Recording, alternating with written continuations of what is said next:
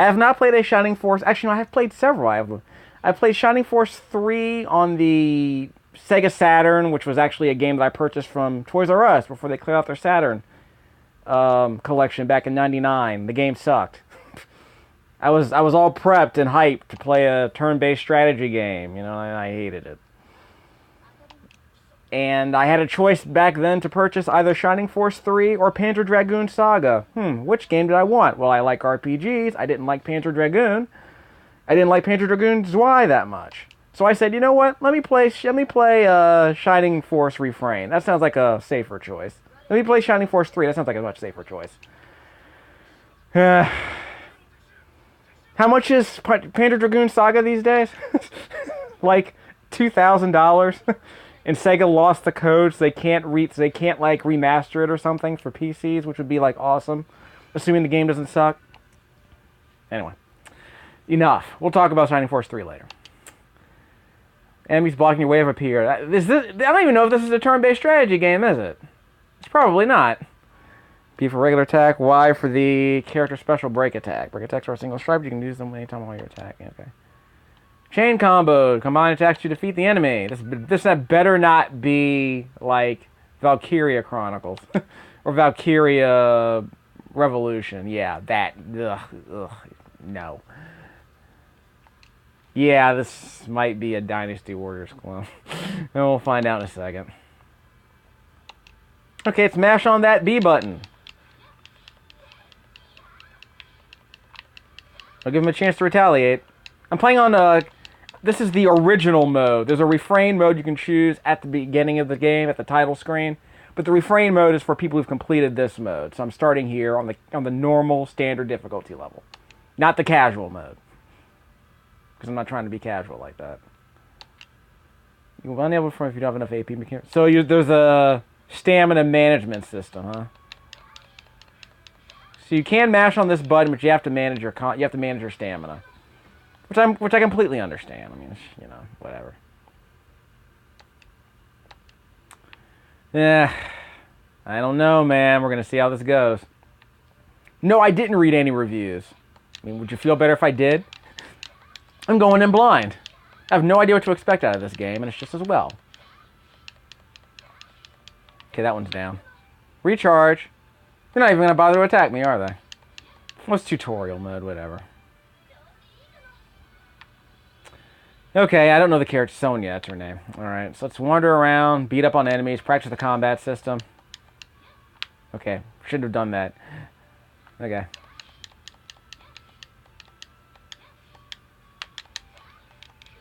Okay, so I pressed the Y button for that break attack. I'm just mashing buttons to see if the game forces me to switch up my strategy a little bit.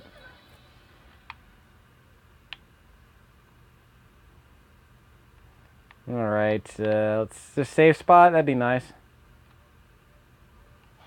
Might just be a story trigger. Yeah, it's a story trigger. I said I was gonna skip cutscenes in these videos, right? Well, it's a research stream. We'll see how it goes.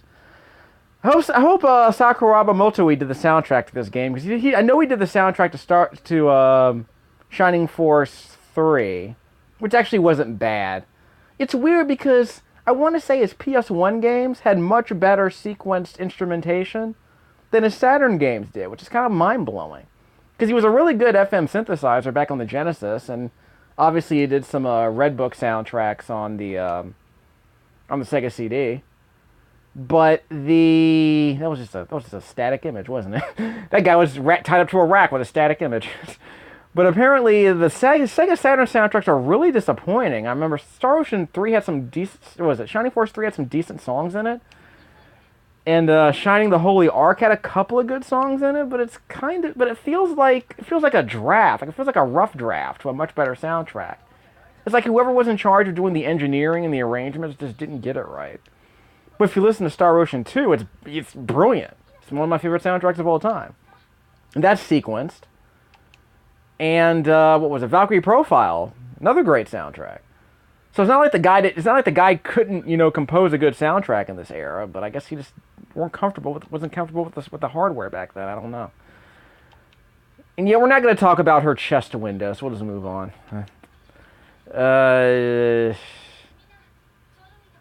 Yeah, the Japanese voice acting is on, don't worry. I'll put up a separate video with just the with just no commentary from me, so you can listen to the voice acting. I'll find out the storytelling sequences are skippable later. And this game did not come with a manual, I want to say. I want to say that, you know, as Xbox One games don't come with manuals anymore. The expectation is that you'll go online to the online help section from the Xbox One help section and look up how to play. Or the expectation is the game will tell you, and that's probably just as good. Which is fine by me, you know, it's less packaging, you know. Personally, I preferred if all of these games came with digital manuals. In fact, let me get a audio cue. Dictionary, options, dictionary. I'm curious. That's probably not what I wanted, but as long as the game tells you how to fight and walk around, I'm not going to complain about that.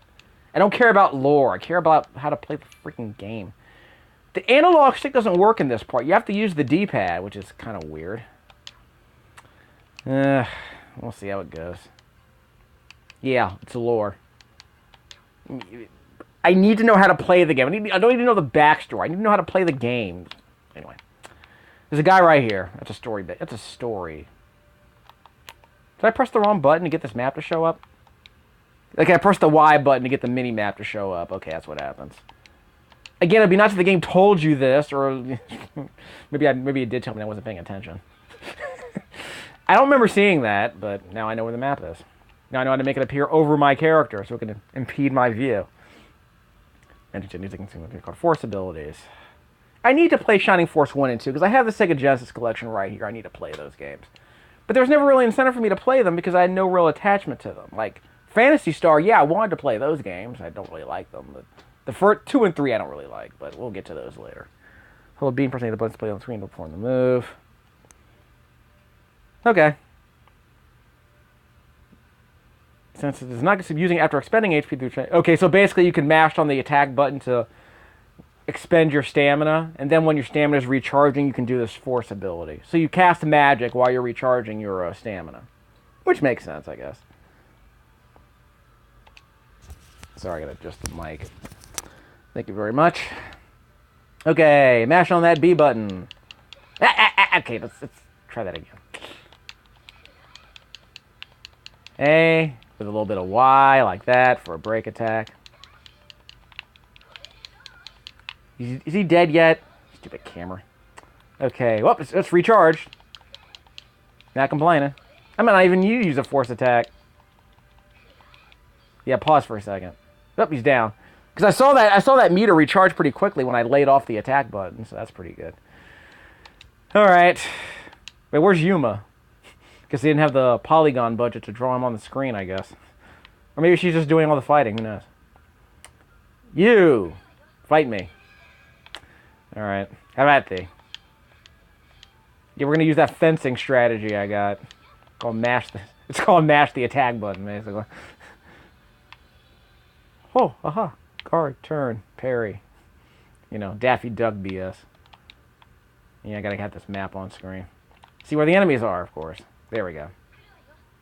What up, dog? Oh, aha. Guard, turn, parry. Okay. Next. Ow! Dude effing kicked me. What the heck? Of course, it'd be nice if you were wearing armor. You know, like functional armor. It's like she looks like Prince with the butt-out jeans. Only the butt is on her chest and the upper torso, basically. Save points, outstanding. You can save your game's progress to save points and places where you can rest. A, or excuse me, B. There's no knowing what will happen on your journey, so be sure to save often. B. Resume your game from save data by choosing load game on the title screen. Of course. Let's examine the save point. This might be a short video after all. So that was a research stream. Alright. So we'll go another 5 minutes, see how it goes.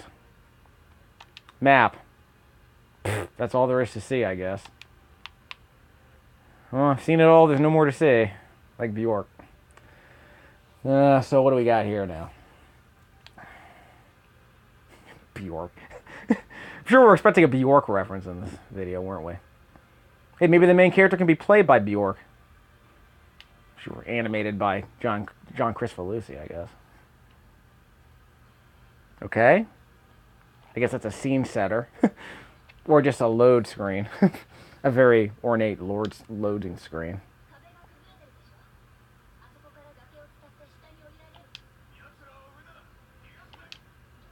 I should mention that I did play Shining Force Exa and Shining Force Neo on the PS2.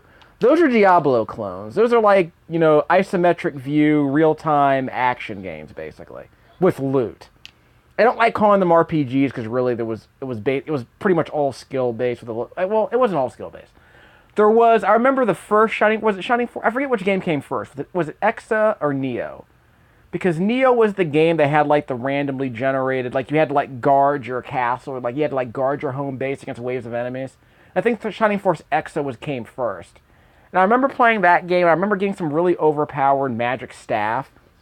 And the enemy mobs, I would just kind of mow down enemy mobs with that staff, because I would just spam magic attacks over and over again, and enemies couldn't get past it. So the game became, a game about funneling enemies into, narrow corridors and spamming magic spells. So it got boring really quick. I put about 15 hours into that. I'm like, you know what? There's really nothing to this game.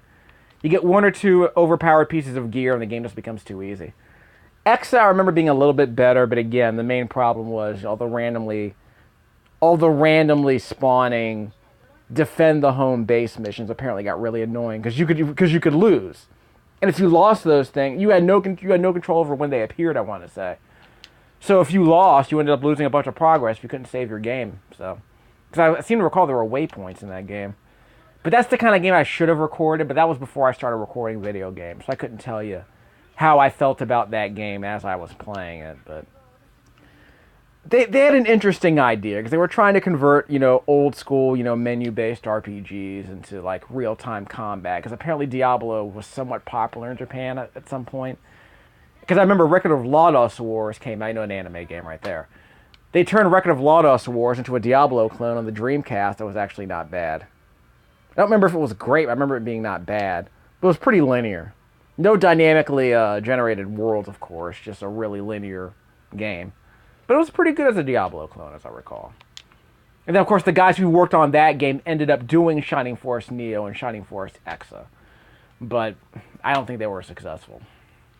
But I want to say Record of Lodoss Wars is probably pretty expensive these days, so I'm not going to recommend it unless you're, like, hardcore.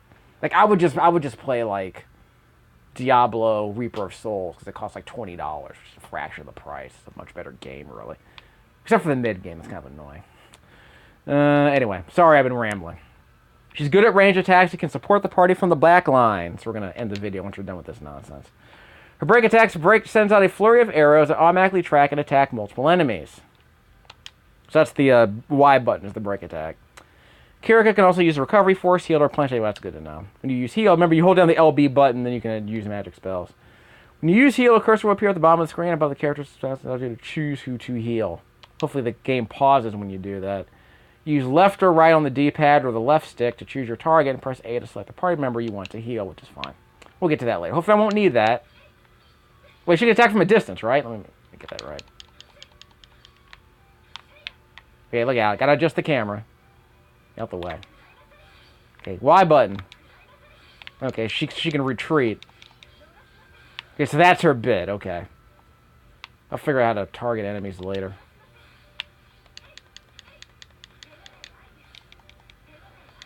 Okay, we're fine. We're fine. Attack from a distance. Let's get closer to these guys. LB. Oh, the screen is not paused. X.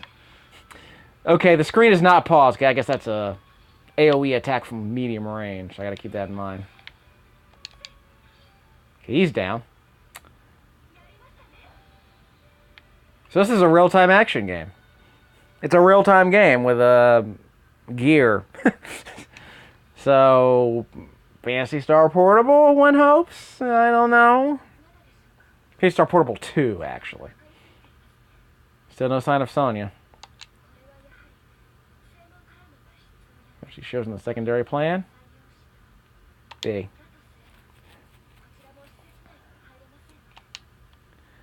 Well, see how it goes. I mean, I was hoping this would be a short video. We'll see how it goes.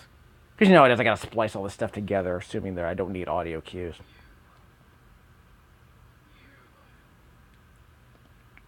Hear me. A. No, B. Sorry.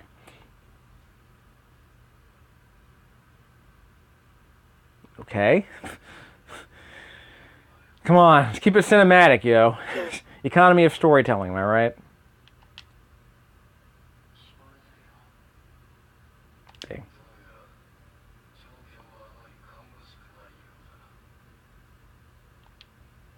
Alright, it's gonna be annoying.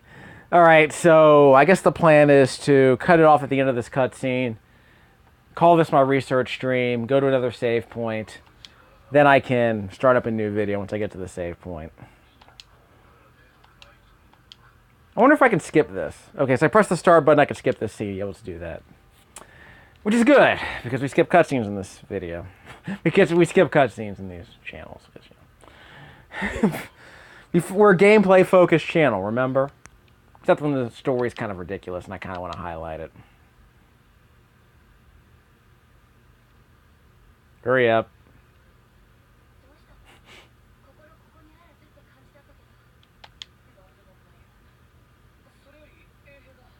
Yeah, so it's one of these games where the characters don't look at each other; they just have a bunch of it's not just character portraits, but it's kind of like, you know, all those RPGs I've been playing on the PS3, like you know, Tales of Xillia. Well, Tales of Xillia is on the Xbox 360. Tales of Xillia. What is it? Mugen Souls. What's the other one I played?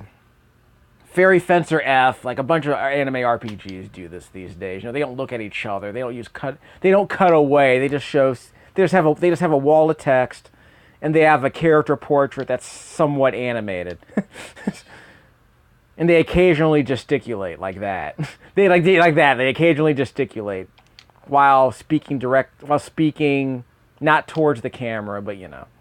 But again, the characters aren't supposed to look at each other. That's not.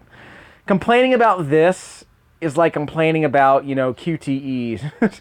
At some point, you just kind of have to accept that it's part of the way video games tell stories these days. I mean, sure, like Batman actually does, like, you know, real cinematic cutscenes, but this game is traditional anime RPG storytelling, it looks like. Yuma tutorial. Yuma uses the Sword of Vandalhorn. He possesses high damage and wild radius for his attacks. So he's AoE. He's an AoE attacker, I guess. A tanker, I guess. B. His break attack, a dash launch, can knock down a single enemy. That's the Y button for a break attack. Once knocked down, the enemy will be defenseless. Now, of course, you want to just kind of get enemies on the ground so you can move around. He automatically blocked that. I'm not complaining. Why? Okay, he's down. Okay, let's take out these archers. That makes sense. Tactically speaking, right? It's like a really poor man's version of Star Ocean. I'm not really wild about that.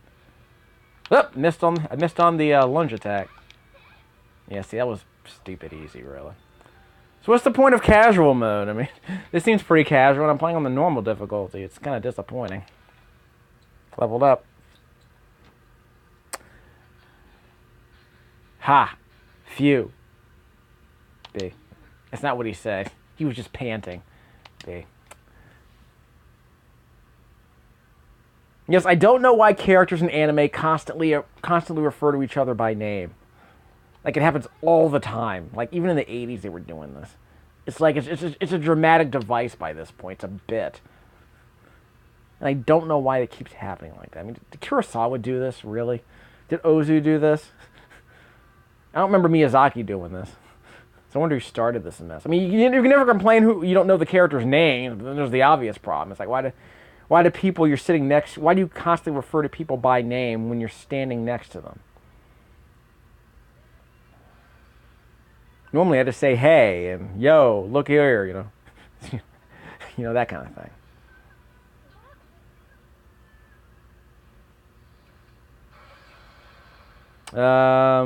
Canned boss battle, I guess. I haven't gotten a save point, by the way. So really, I shouldn't be dying here at any point.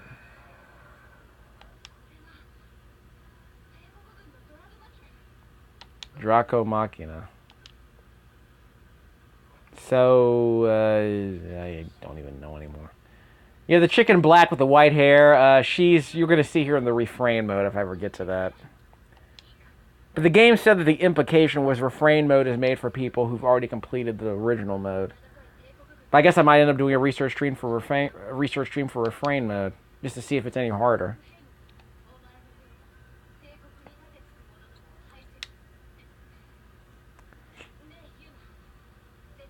Okay, so stay close to me and run. Okay, fine, I guess.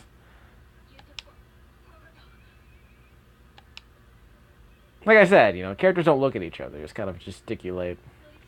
But occasionally they do stuff like this.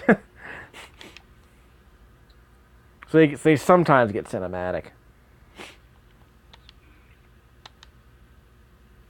Again, if you're used to it, it's not a problem. I mean, I guess I'm used to it, but I lower my standards accordingly. when I see stuff like this, I lower my standards accordingly. I know I'm not gonna get, you know, serious, hardcore anime storytelling. I'm just gonna have to deal with this.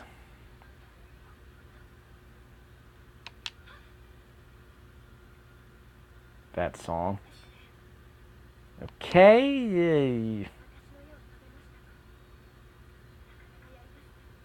B.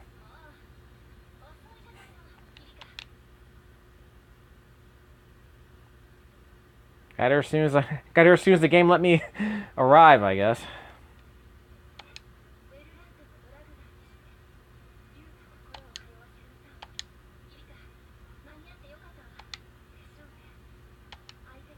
Well, I guess the ladies dressed in white don't have to be as modest as the one dressed in black, right? Oh, wait, I saw that. What was that?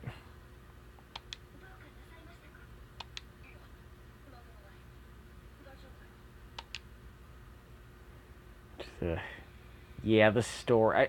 Assuming that I would be paying more attention to the story, would I consider this gripping at this point? No. I'll pay more attention to the translation if I have to.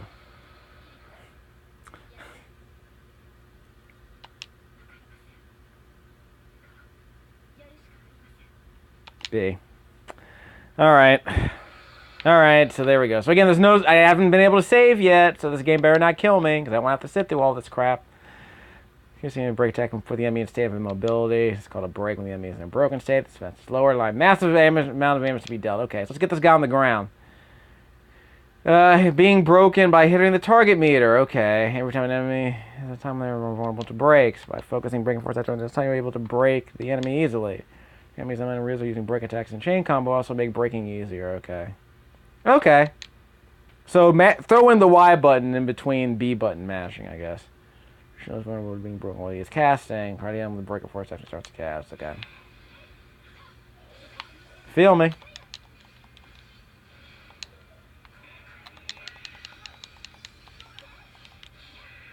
Oh, wait. He's flying. Wait, where'd he go? Okay, just a second. I hope you guys are going to heal me at some point, just in case. I'll just be the tank for this fight, because I want it to end quickly, I suppose.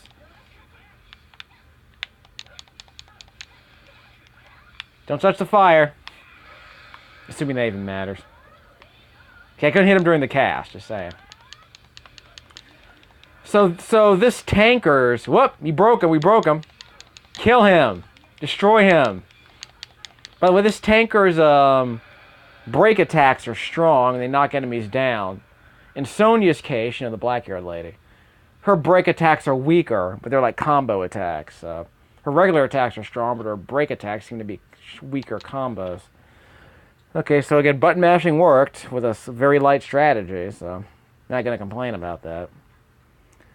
I'd imagine that, again, the pacing of this seems very, very staccato. Is that a fair word to describe this?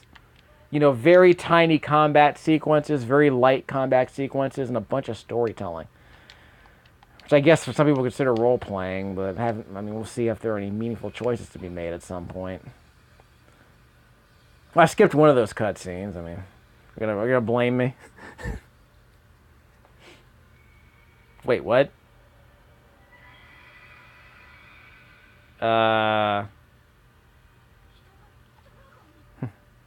What, did you see Dragon's Dogma? Actually, it wasn't Dragon's Dogma. Okay. So, if you know the lyrics, sing the song. Wind keeps pushing me to the what was the word? Winds keep pushing... Okay, I'm not going to sing the song. I'm not even going to be snarky and try to read the lyrics. Was it winds keep pushing me into the current again? Anyway. Enough Dragon's Dogma. Actually, I do have that on PS3 around here, don't I? I'll pull that out eventually. Well, I mean, I'm not going to complain. I mean, your boy loves dragons and all, but it's just, you know, you got to earn it. You know what I mean? I mean, they can't all be Skyrim.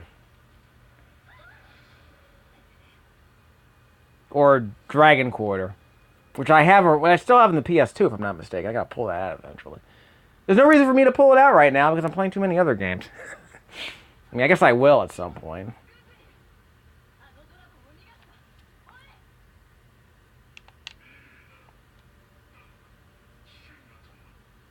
B. Okay, pause. Skip. Not really interested at this point. It's supposed to be a short video. I mean, I probably spent 5 minutes actually doing real combat. Where's the next save point? Yeah, fine. Okay, so what was I blabbing about as I finished up? Okay, so blah, blah, blah. We got a cutscene. So, I haven't played Shining Force 1 and 2. That's on my Sega Genesis collection. I need to pull that out eventually. Shining Force 3, I played on the Sega Saturn. I played like, I played several hours of it. I just gave up on it. It was just... I remember my complaint about that game being that it was basically baby's first SRPG, you know. It's a game about moving characters around on a grid and not taking too much damage. There wasn't a whole lot of strategy to it. It didn't seem to be all that difficult in the first, dozen or so missions. It just kind of felt like I was going through the motions. I didn't really have to spend a lot of time thinking about my strategies. It just felt very basic. I mean, I wasn't expecting a game to be like XCOM back then, because back then, what were my standards? I didn't have a PlayStation back then. Did I? Yeah, I don't remember playing that many strategy RPGs back then, at least on the Super NES and the Genesis. Yeah, back then, I had a Nintendo 64. That wasn't worth much. My Sega Saturn was only really used for fighting games. So yeah, most of the RPGs I played back then were like, Ogre Battle and the Final Fantasy games. So I really didn't know a whole lot about strategy RPGs, but the thing is that game was supposed to be a big deal. Like, it was supposed to be like this strategy RPG where your decisions are really important because, it wasn't just a simple menu-based combat system. You actually had to choose where your characters moved around on a grid. It wasn't just your characters being on one side of the screen and the enemies being on the other, like in Final Fantasy. But there didn't seem to be any point to it. I mean, it's just, again, it just felt like you were going through the motions. I mean, and I hadn't played XCOM yet, so I didn't know what to expect from a strategy game. I hadn't played Tactics Ogre or Final Fantasy Tactics yet, so I didn't really know what to expect from a game like that. And obviously, I hadn't played stuff like Warsong, the Langrisser localization. I hadn't played Warsong before. And I hadn't played Warrior of Rome or any of those other Genesis games, so my standard was that. And I just wasn't really impressed with it. And obviously, I never really liked the graphics. So, I mean, it was a Saturn game. It was a Saturn game with polygonal graphics. I mean, what could you expect back then? And as I complained before, the Sakuraba soundtrack was okay. It had a couple of good songs in it, but it was kind of unremarkable for the most part, and I thought that was kind of disappointing. And that map kind of looks like a continent on Final Fantasy, to be honest with you. Which means it kind of looks like Europe, and it kind of looks like Eurasia, rotated clockwise.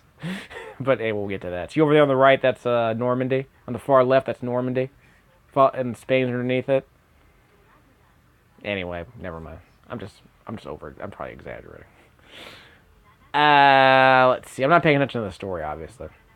Shining Force, Neo, and Exa. I'll have to look at Wikipedia to see which game came first. But I played them both.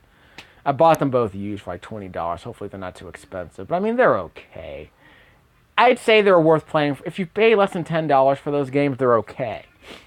But as Diablo clones go, I mean, Lodos Wars I would pay $15 for, I guess. But is it better than Reaper of Souls? Well, Reaper of Souls, the early game is good. The end game is fantastic, but the mid game is kind of annoying. And now I get to save my progress. But I really have to play Shining Force 1 and 2. And Shining the Holy Ark, because there's actually Shining and the Darkness. Because all three of those games are on my Genesis collection. So I need to pull those out eventually. Yeah, we're going to skip all this. This is just mind-blowingly annoying. That was a whole lot of nothing. Yeah, I was very disappointed so far.